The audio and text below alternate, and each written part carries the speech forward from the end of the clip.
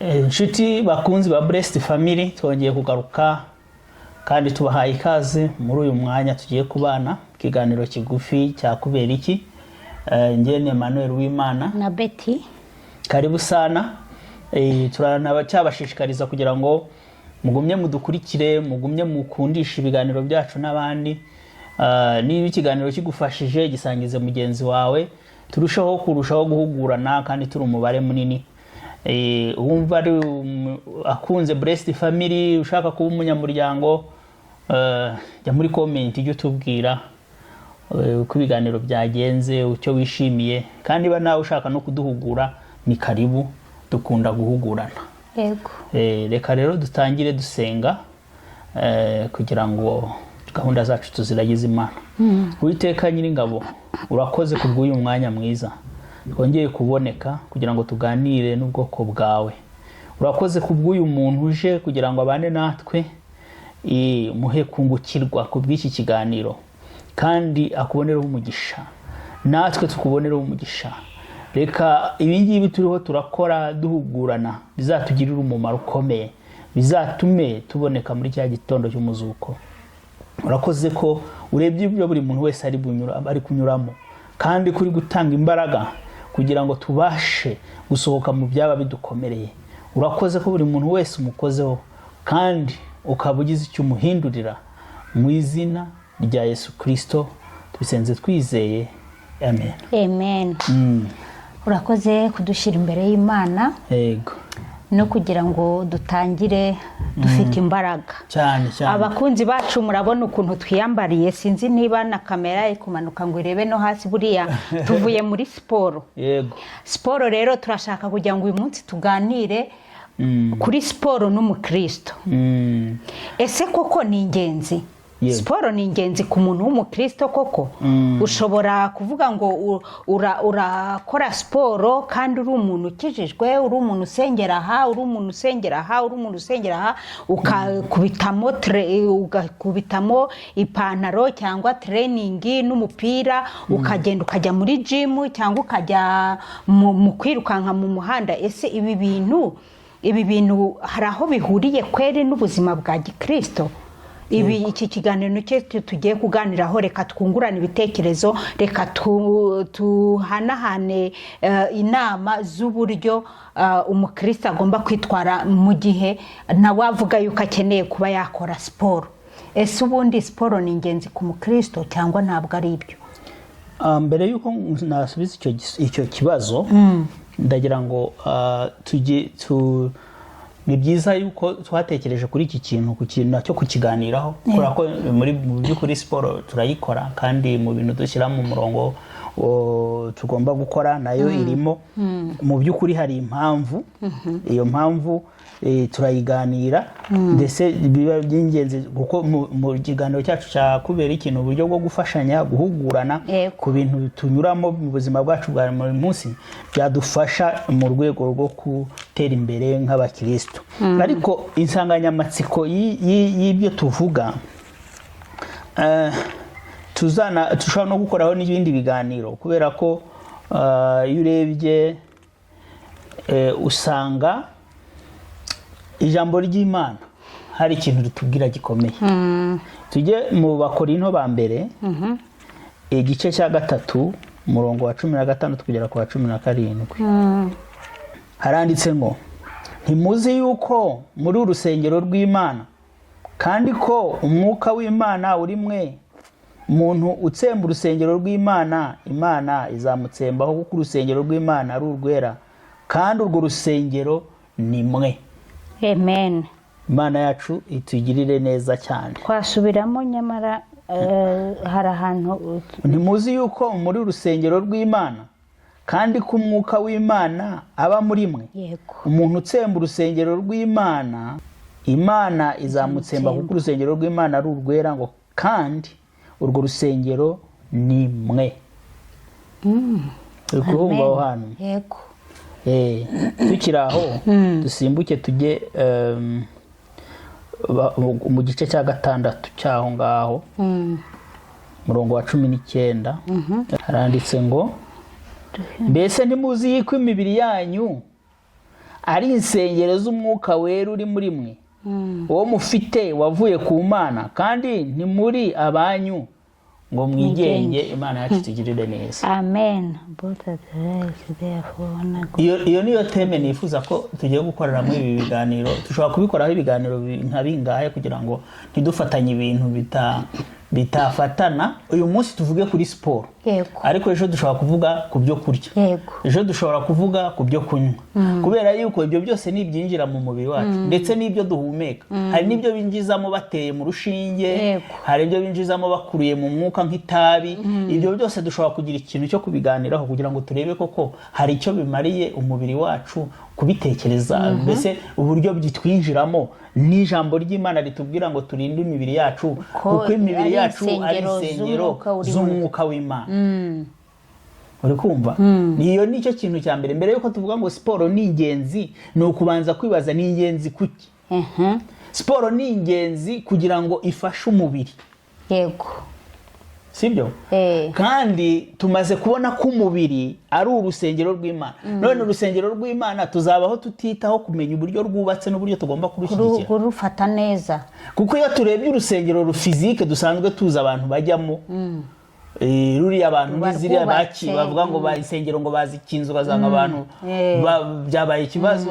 Iyo abari physical urwo urusengero ni ahantu abantu bahurira, ariko urusengero nyarusengero ni urunguru, ni umutima wawe. Imana ishaka kubanamo nawe. Urwo ni rwo rusengero, nta muntu n'umwe uzarukinga, ni wowe washaka wenda kurukinga. Ariko mu gihe cyose wowe witeguye ko umwuka w'Imana agomba kugukoreramo, uzakora ibikomeye. Ariko nubwo tureba izi nsengero bari kuzifunga, impamvu bazifunga ni iki? Nuko ugenda ukanarureba urebesheje amaso y'inyuma, ukabona uburyo shape yarwo, ukabona uburyo ibibyubatse, ukavuga ati uru rusengero rumeze nabi, rushobora kuzagwira abakristo. Rwubakishije ibyondo, rwubakishije umusenyi, ruri mu manegeka, imvura ishobora kuzaza ikaruhuha rukagwa ku bakristo bakagira ibibazo. Urumva, iyo ni physical shape tuba turi kureba. Ariko noneho no ku mubiri wacu uyu nguyu dufite, Imana itubwiye ngo, ijambo ry'Imana ritubwiye ngo iyi mibiri yacu ni urusengero rw'Imana. Ni ukuvuga ngo narwo umuntu ashobora kukureba akakubona nawe uyu muntu mu by'ukuri ukuntu ameze, nawe ari mu manegeka. Uyu muntu se ushobora kumuha akazi akabasha kugakora n'utubaraga afite, wenda ushaka akazi k'abantu baterura bafite ingufu bagiye ukanariza umubiri w'umuntu nawe ukawureba. Mu by'ukuri se ni iki cyatuma twubaka ruriya rusengero tubonesha amaso rukamera neza? Birakwiriye yuko turugira neza, tukarusiga irangi, tukarugira neza. N'uyu mubiri wacu kugira ngo umere neza, nawe ufite ibintu ukeneye kugira ngo nawe umere neza. Kubera ko ijambo riratubwira body, hari naho ritubwira ngo muzi yuko muri nk'umuntu wese tuzi ko akozwe n'umwuka na roho n'umubiri. Ariko ahangaha wandikiye Abakorinto bice 6, Abakorinto igitabo cya mbere cy'Abakorinto, cyangwa se Abakorinto ba mbere, uko bitewe n'uko abantu babivuga, ibice 6, we yavuze ngo ntimuzi yuko imibiri yanyu, yavugaga ikintu cyitwa body, yavugaga ikintu cy'umubiri. Uyu mubiri ese ntimuzi yuko imibiri yanyu ari insengero y'umwuka uri muri mwe? Noneho rero iyo abantu babivuga, akenshi hari n'abagenzi bacu nyankunda gukotinga abaririmbyi, nyankunda kumva indirimbo buri ngo mbese ntimuzi ko imibiri yanyu, hari abantu baririmba mbese ntimuzi yuko imibiri yanyu ari insengero z'umwuka uri muri mwe. Iyo ni indirimbo ya Rehoboth. Ariko iyo bageze hasi ngo baravuga ngo mwirinde, ariko nimureke ubusambanyi bwanyu, imibiri yanyu ihimbaza Imana gusa. Akenshi rero abantu iyo bavuze iby'umubiri bashobora guhita bumva ibyo kureka ubusambanyi kugira ngo umubiri buri se wari umeze neza, nk'uko abo baririmbyi bakoze kandi barakoze guhugura, kuko izo mpuguro ni nziza nubwo abantu bagenda bakanazirengaho ntibagire n'icyo bibona babwiye, ariko mu by'ukuri barahugura ku byo kugira ngo hari ibintu tugomba kureka, ibyo by'ibyaha bishobora guhumanya umubiri w'umuntu.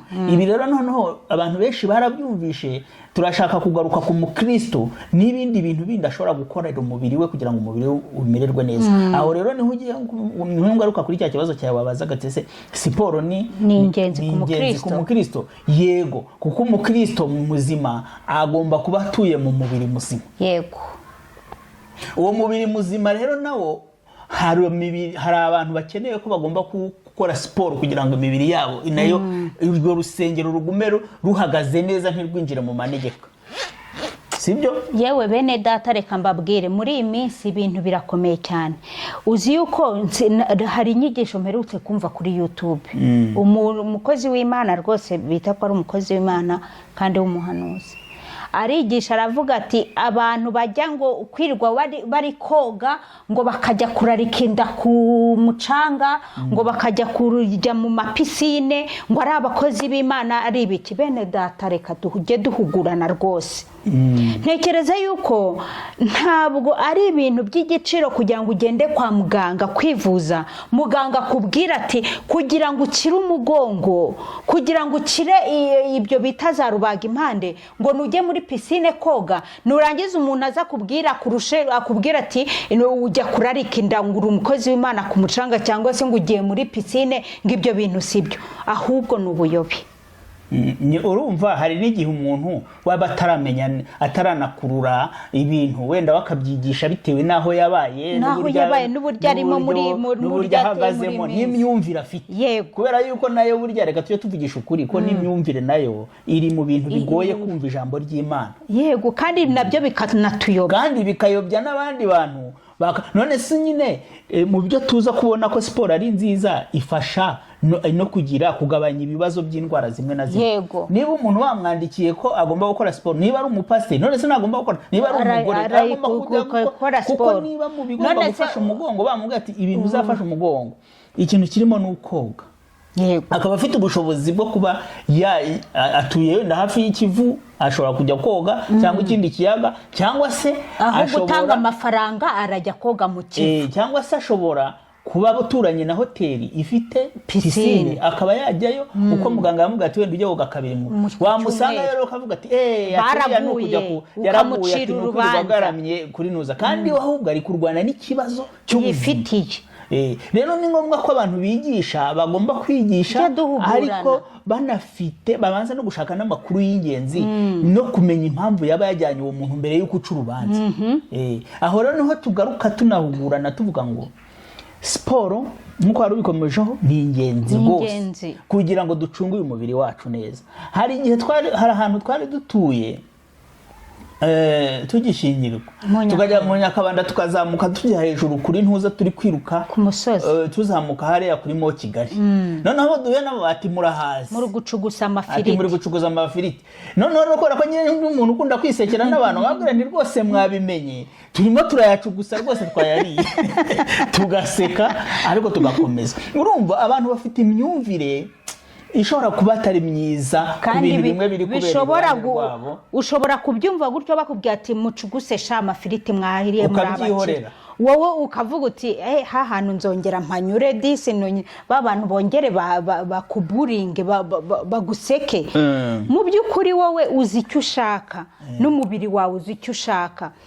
Urumva ntabwo twakabaye tugenda tuvuga ngo inyigisho za kera zagendaga zikabombarika umuntu, wa mugore we ntugomba kwambara ipantaro ngo ujye muri siporo n'ibiki byose. Why? Kubera iki?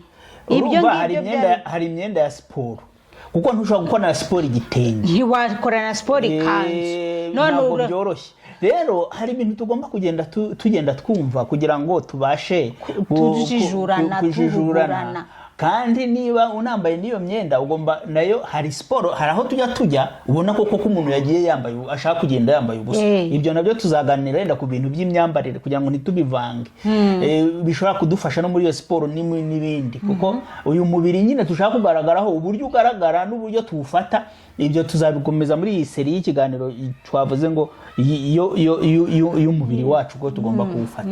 Rero tugarutse kuri icyo wari uvuze, hari ibintu tugomba gutandukanya. Wenda umuntu wabitubwiraga icyo gihe atubwira ngo murahaze, kubera yuko we bitewe tugomba kumenya uko turatandukanye mu buzima bwacu bwa buri munsi. Hari umuntu nk'iwacu mu giturage, umuntu ujya guhinga kuva mu gitondo akaza kuzamura ijerekani y'amazi, akaza kujya kwikorera imigozi, akajya kuyitera ahantu ibijumba, akazajya kubikura ibindi akabitahana. Uwo muntu ari kwirirwa akora akazi ka siporo. Uwo muntu nta nubwo akeneye ibintu byinshi, anakubonye wiruka wowe yabona ko wasaze. Kuko we ubuzima bwe ni ukwiruka. Umuntu wirirwa anyonga ashobora kukubona wowe uri kunyonga igare rya siporo, avuga ati kubera ko we ubuzima bwe bushingiye mu kunyonga, ni ukunyonga buri munsi kugira ngo abashe kubaho. Uriya wari kunyonga kugira akore siporo ntabwo abasha kubyumva.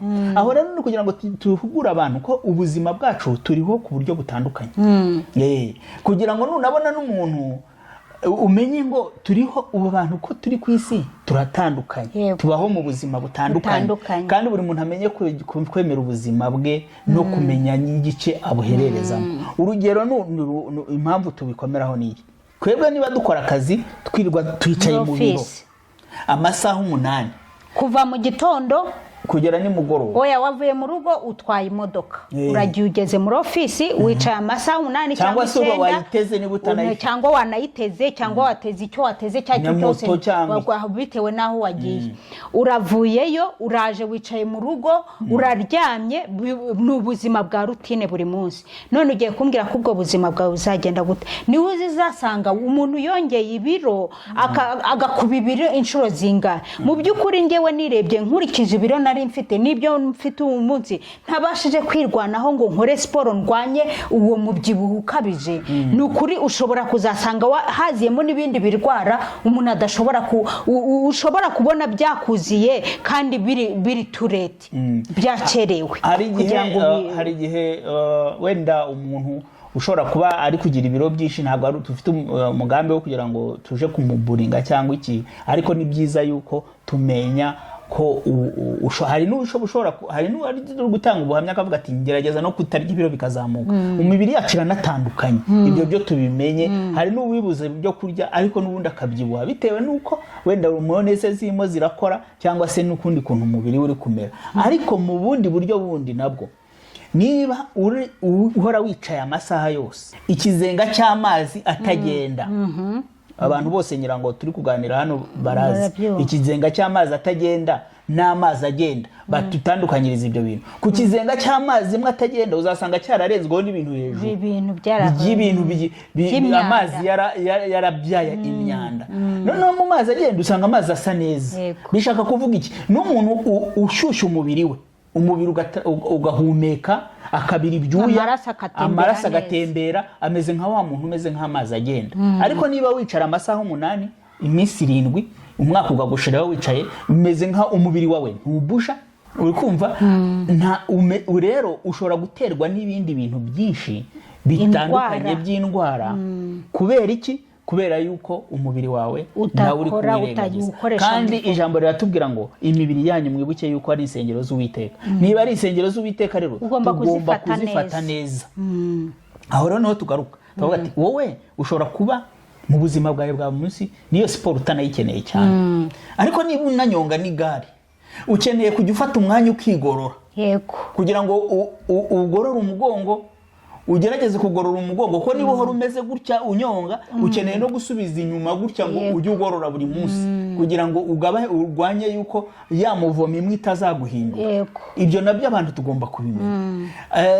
N'urugero turimo turatanga, niba umuntu wo mu cyaro abona ko arakora buri munsi arahinga aragira gute, uwo nguwo nta n'amasiporo menshi ntakeneye kuko arakoresha amaboko ahinga arajya kuvoma yikorere aragendesha amaguru ahantu hose arunama ibyuya arabibura siporo yose akeneye arayiruka rwose ashobora kuvuga ntabwo ashobora kubyumva ariko nubona n'undi muntu nawe kubera yuko nawe akazi ke gatuma wenda ahora yicaye atabona umwanya nk'uwo atakora akazi nk'akawe kuko we niba uterura imizigo uri umuntu upakira ufite ukuntu ukoresha imbaraga za buri munsi nujya ahantu ukajya ubona abagabo birirwa baterura utuntu kugira ngo nabo wenda bagire izo mbaraga zo mu ntoki ntuzabaseke kuko nabo bari gushaka uburyo ubuzima bwabo bwakongera kugera gute umuntu akagira imbaraga masozi cyangwa inyama nazo zigakomera urebe iyo nyama n'imitsi nayo igakomera n'amagufwa agakomera kugira ngo umubiri wacu nawe uzaba umuntu uzabasha kuba ugera mu myaka 70 uhaguruka ku ntebe ugahita uhaguruka uzi yuko ngewe nkanjye mbabwije ukuri hari aho nari ngeze ku buryo nari nsigaye njye no kwa muganga bagashaka n'umutsi batobora ngo bamfate amaraso bakawubura kubera iki kubera yuko umubiri uba warabaye udabasha kugira ngo ubone umutsi ukanabura ibyo ngibyo rero iyo umuntu atangiye siporo ngewe twihaye gahunda yuko tugomba kujya gukora siporo kandi mu by'ukuri nta cyaha tuba dukora kondisiyo tubayemo niyo twicara mu biro amasaha yose ugataha rero twebwe twahisemo kugira ngo tujya muri siporo dukora isaha imwe ku buri munsi kuva kwa mbere kugera kwa gatanu iyo ni gahunda twihawe nawe mwene data ushobora kwiha iminota bitewe n'igihe cyawe ushobora kwiha iminota 15 byibura ukagira ikintu ukora kugira ngo umutima utere kugira ngo ugire byibura n'amaraso atembere mu mubiri kubera ko ni ibintu bizadufasha urwa rusengero rw'Uwiteka rukaguma ari urusengero ruzima no mu buryo bwa shepu n'umuntu urureba kandi mu rwego rwo kubufata neza twavuze yuko siporo ifasha mu kugabanya ibiro siporo batubwira ko ifasha mu kurwanya indwara z'inkari za diyabete iz'imitima imitsi amagufwa izo ndwara zose igufasha kuba wazirinda ndetse niyo wazigezemo biragufasha kugira ngo zigabanuke kandi hari nawe zikira burundu nk'umugongo urakira burundu ugenda ahoraga ndwaye umugongo bari bagiye no kuzawubaga rwose ariko ngewe nkoze siporo ibintu byose byaragiye urasinzira ukumva usinziriye neza ukumva ibitotsi biraje kandi abahanga barabivuga ko siporo ifasha mu buryo bw'ibitotsi gufasha ubwonko gukora neza ndetse no gutekereza hari uba wiriwe mu munsi ari mubi ariko iyo utangiye abahanga bavuga ko umaze iminota 10 na 15 uri muri exercise wibagije ibintu bindi byo hirya ubwonko bwawe busubira ku murongo ukongera kumva umerewe neza rero ukagira imbaraga ukumva ufite imbaraga utari wa muntu ugenda uhubangana ukumva urakomeye niyo waba uri umuntu udafite ibiro byinshi ugakora siporo ukaba ushobora guterura ikintu ukumva nyine umeze neza nta kibazo hari nabo bibeshya bakavuga ngo ni iby'abantu b'ibiro byinshi ngo nge n'ibindeba nawe birakureba kuko ugomba gukomera niba nawe umubiri wawe utawukoresha n'uwo ufite ibiro kuko metabolisme cyangwa uburyo umubiri wakira ibintu biba bitandukanye harabo byakira bigatuma babyibuha cyane hari n'ubirya rwose anagira ibintu byinshi ariko ukabona n'umubiri we utanava naho uri ariko nawe nubwo udafite umubyibuho umubiri wawe ukeneye za exercice kugira ngo ubashe kugira niba nta bindi bintu ukora bituma umubiri wawe ukoresha by'ingufu gerageza ujye muri siporo kandi nawe ubonye umuntu uri muri siporo uyimucira urubanza abo bigisha babigisha mwivuga ngo siporo ngo kubona umuntu wirukanka w'umudamu ngo namubonye yirukanka bira ni ibiki ngo ibyo bintu kenshi biba mu bantu b'abarokore kubera yuko harimo abantu benshi batanga inyigisho ariko kubera yuko azitangira no hari ubumenyi rimwe na rimwe nawe ubwe atafite ku buzima muri rusange ugasanga ashobora kuyobya abandi bantu benshi rero ni byiza yuko tugira umwanya tugakora siporo nawe w'umurokore birakureba n'undi wese biramureba igihe cyose uzi yuko utabona umwanya wo gukoresha n'indi mirimo ukora idatuma ukoresha umubiri wawe mu buryo bw'imbaraga ni byiza gukora siporo kugira ngo murugera muri ya myaka abantu batakibasha kwicara wowe ubuhaguruka. Yego ni ukuri erega siporo ikemura ibibazo byinshi byo mu mubiri. Nka mwene data niba ugira ibibazo bya constipation, niba ugira ibibazo, ni ukuri siporo izagukemurira ibibazo byose. Harimo abikonsora ngo n'ubundi umuntu arapfa, nibyo koko. Yes, urapfa nta muntu utazapfa. Umuntu afite n'igihe azapfira, hari n'igihe utanarama by'igihe kinini, ariko mu gihe cyose ukituye muri uyu mubiri, reka tugendere muri iri jambo tuvuge ngo uyu mubiri nawo ugomba kuwufata neza. Ejo sinzajya kwa muganga ngo bambwire ngo ugomba kunywa amazi, ugomba gukora siporo, kandi ibyo ni ibintu tubona bya buri munsi biri ruhande rwacu. Yego bene data bavuga ngo umuntu azapfa, uzapfa, ariko se niba n'ubundi kuzapfa urarira iki? Urajya gukorera iki akazi kugira ngo uze kuhaha ibyo kurya, ibyo kwambara, ibyo kubaka inzu? Ntago wakwitega iminsi, kubera yuko ahubwo kora ibyo ugomba gukora. Iri ni ijambo ry'Imana turimo, iyi ni imibiri ya Kristo, ni umwuka ari muri twebwe, tugomba kuyibungabunga nk'uko tusoma ijambo ry'Imana, nk'uko twiga ijambo ry'Imana kugira ngo ritunge umwuka. N'iyi mibiri tugomba kuyitunga, tukayigaburira ibyo kurya, ndetse tukanayifata neza, tukayibungabunga. Bene data tuzaza tuvuga ku byo kurya, ubutaha tuzaza tuvuga ku byo kurya, ariko turashishikarize rwose bene data, mukunze siporo, mugire gutya muri komanteri, kandi namwe mutangire mwihe gahunda, mujye mukora byibura iminota 15 byibura ku munsi, cyangwa se uyikore kabiri. Uzatangire n'ubushobozi bwawe uko bungana, uko bukeye, uko bwije, uzajya ugenda ubimenyera, kandi bizakugirira umumaro. Twese rero tumere neza, ndetse tuzanarama. Ibyo ngibyo nibyo duharanira muri iyi si, kugira ngo tuzarangize umurimo Uwiteka yaduhaye, inshingano yaduhaye muri iyi si. Rero reka tugarukira uyu munsi wa none, twizere neza yuko muri commentaire tuzabibona yuko mwatangiye gahunda za siporo. Imana ibaha umugisha. Shalom shalom.